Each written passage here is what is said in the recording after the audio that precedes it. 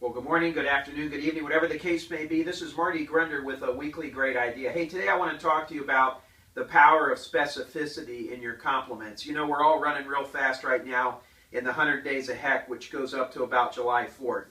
And I know when I look around my company right now, there's some things that quite frankly get under my skin and tick me off. It's my nature and my constant desire and drive to get better. But you know, when I calm down and I look around, there are a ton of awesome things going on at Grunder Landscaping Company right now. It's mind-boggling when we get right down to it. So I want to talk to you today about how to give a compliment.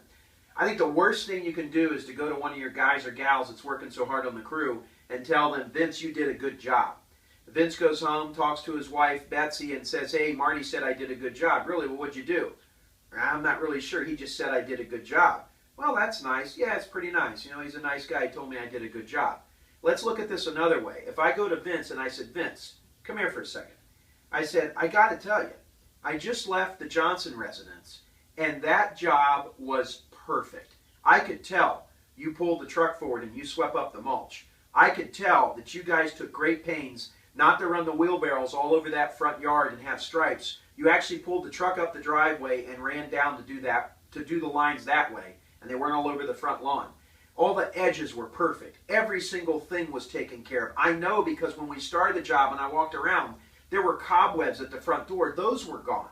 I noticed you rolled up her hoses. You took up the trash cans. The old newspapers that were down in the cobbles along the street, you cleaned all those up. Vince, I give you a 100% on that cleanup.